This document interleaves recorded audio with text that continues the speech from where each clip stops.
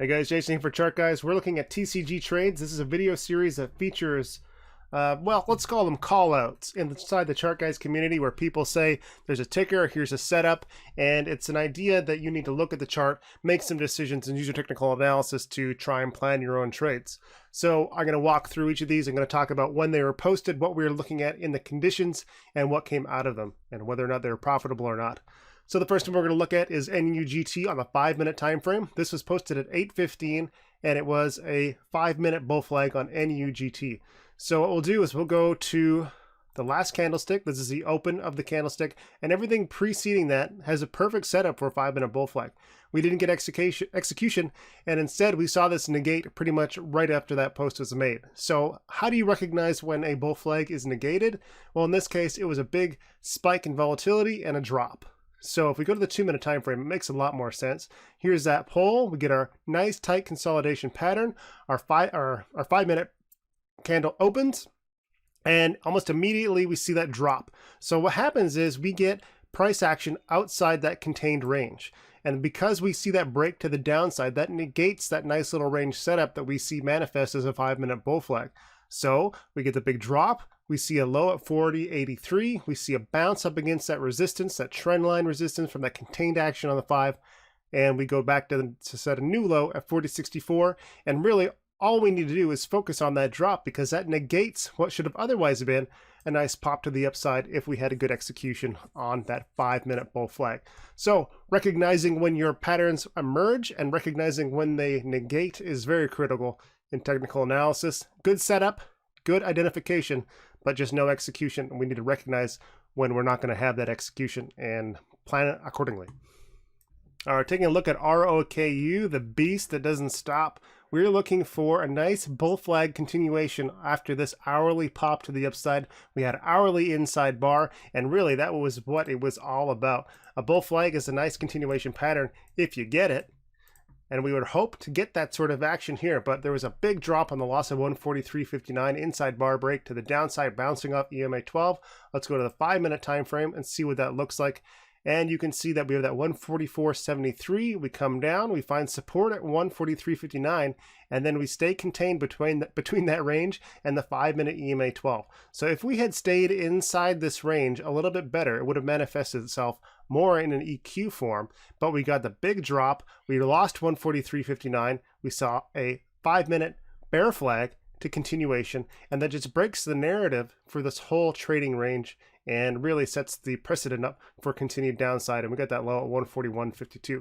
So it did look like it had the potential to set up for a hourly bull flag, but that inside bar contained range with a little bit of a pop and then a break really negated that entire pattern.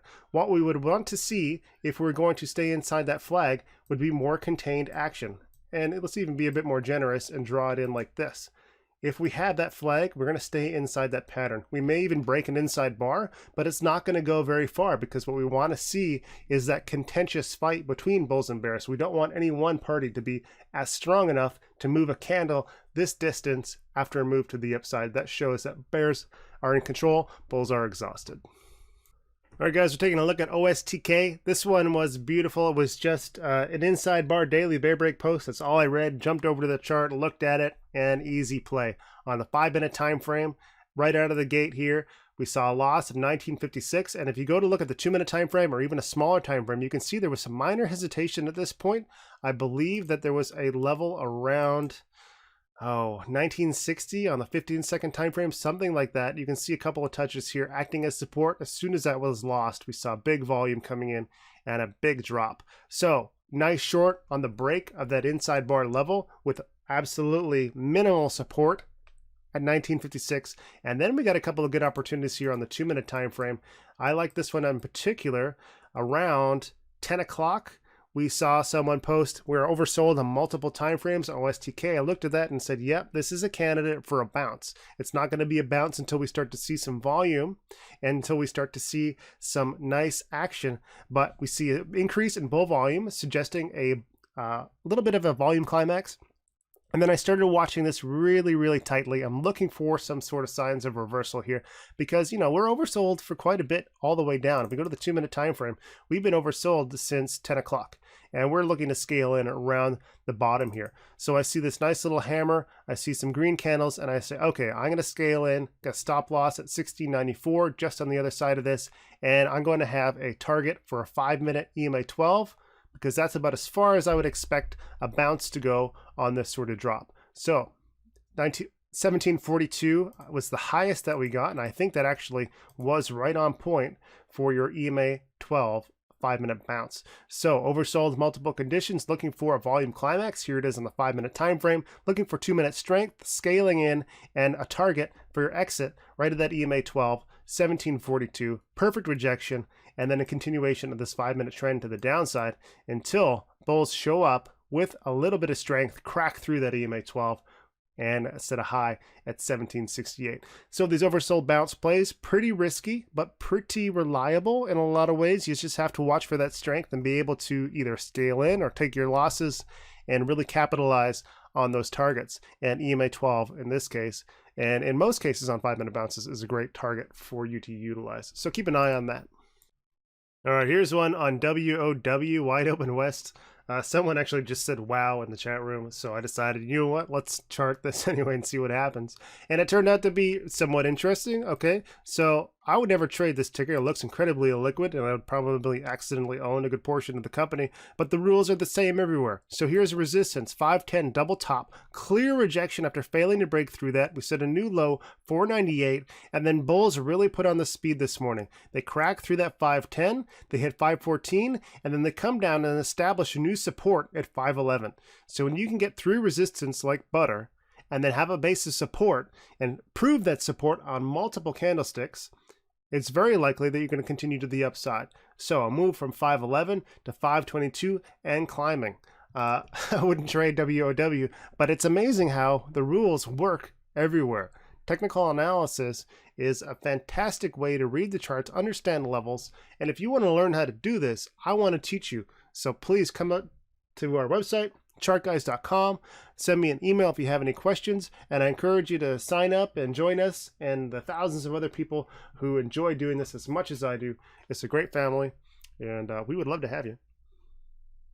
Hey guys, I was going to do a different setup on Snap, but I'm going to go ahead and do this one simply because it's currently unfolding as we speak. And on the 2-minute time frame, we're getting overbought. I'm looking for a volume climax and a pullback. We had 1610 resistance. We've proven that we can get through that. So now it's time for bulls to get a little tired and start to see some bears come into play. We have about 14 minutes or so left in the trading day, so expecting pullback.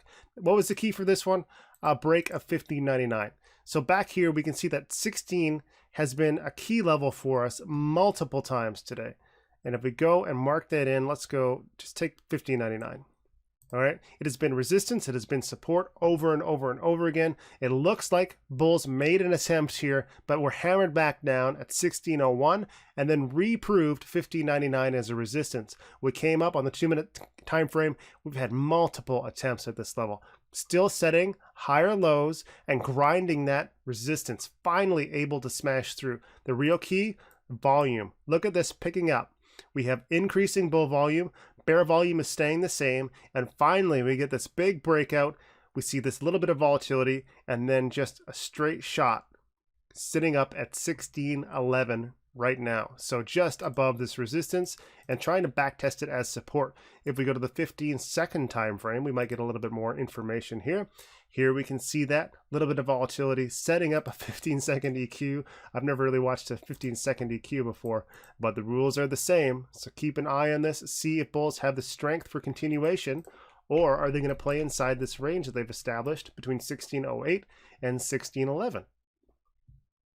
So now Snap on the 15-second is establishing a new base of support at 16.10. So it's 16.11, 16.10. Whoever breaks first is going to give you most of the information about the direction on the 15-second time frame.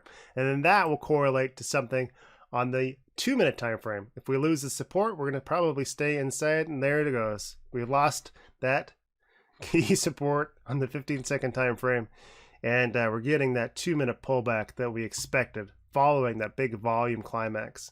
So very interesting stuff. Love watching this develop. See that loss, knocked out multiple supports, and now we're just going to chop around here as the volatility picks up. And this is when we step back and we let the patterns develop. This is the price action. Now we wait to see what happens. All right, 15-second bull is buying that dip, establishing a new range that we need to watch out for. That'll look better on the 2-minute time frame, but still all about that 1611. Bulls are trying to get up there, but there is a resistance. Something up here pushing the price down, saying not today, we've moved too much. Bulls need to get through that. 1611 is definitely in the way. Bulls are making a solid attempt. Good green volume here on these candlesticks. And should they get through that, our next resistance, let's go to the 5-minute time frame. Or not. Maybe we got to go to the hourly. Our next resistance is 1625. So we would be moving really aggressively, incredibly aggressively actually, if we were able to get that close to that level with another big burst of strength. But volume climax definitely in play, watching the 2-minute time frame and back to the 15-second just for fun. It's all about 1611. Bulls still grinding. 1611, volume starting to decrease a little bit, and really it's going to be make or break time. There we go. Goodbye, or I should say a goodbye, and hopefully some volume for continuation. And my last video on Snap, we had that breakout, pullback from 1613 for what? A pullback and a support test, former resistance, confirming as support, and now we're off to the races. So who knows what happens after this?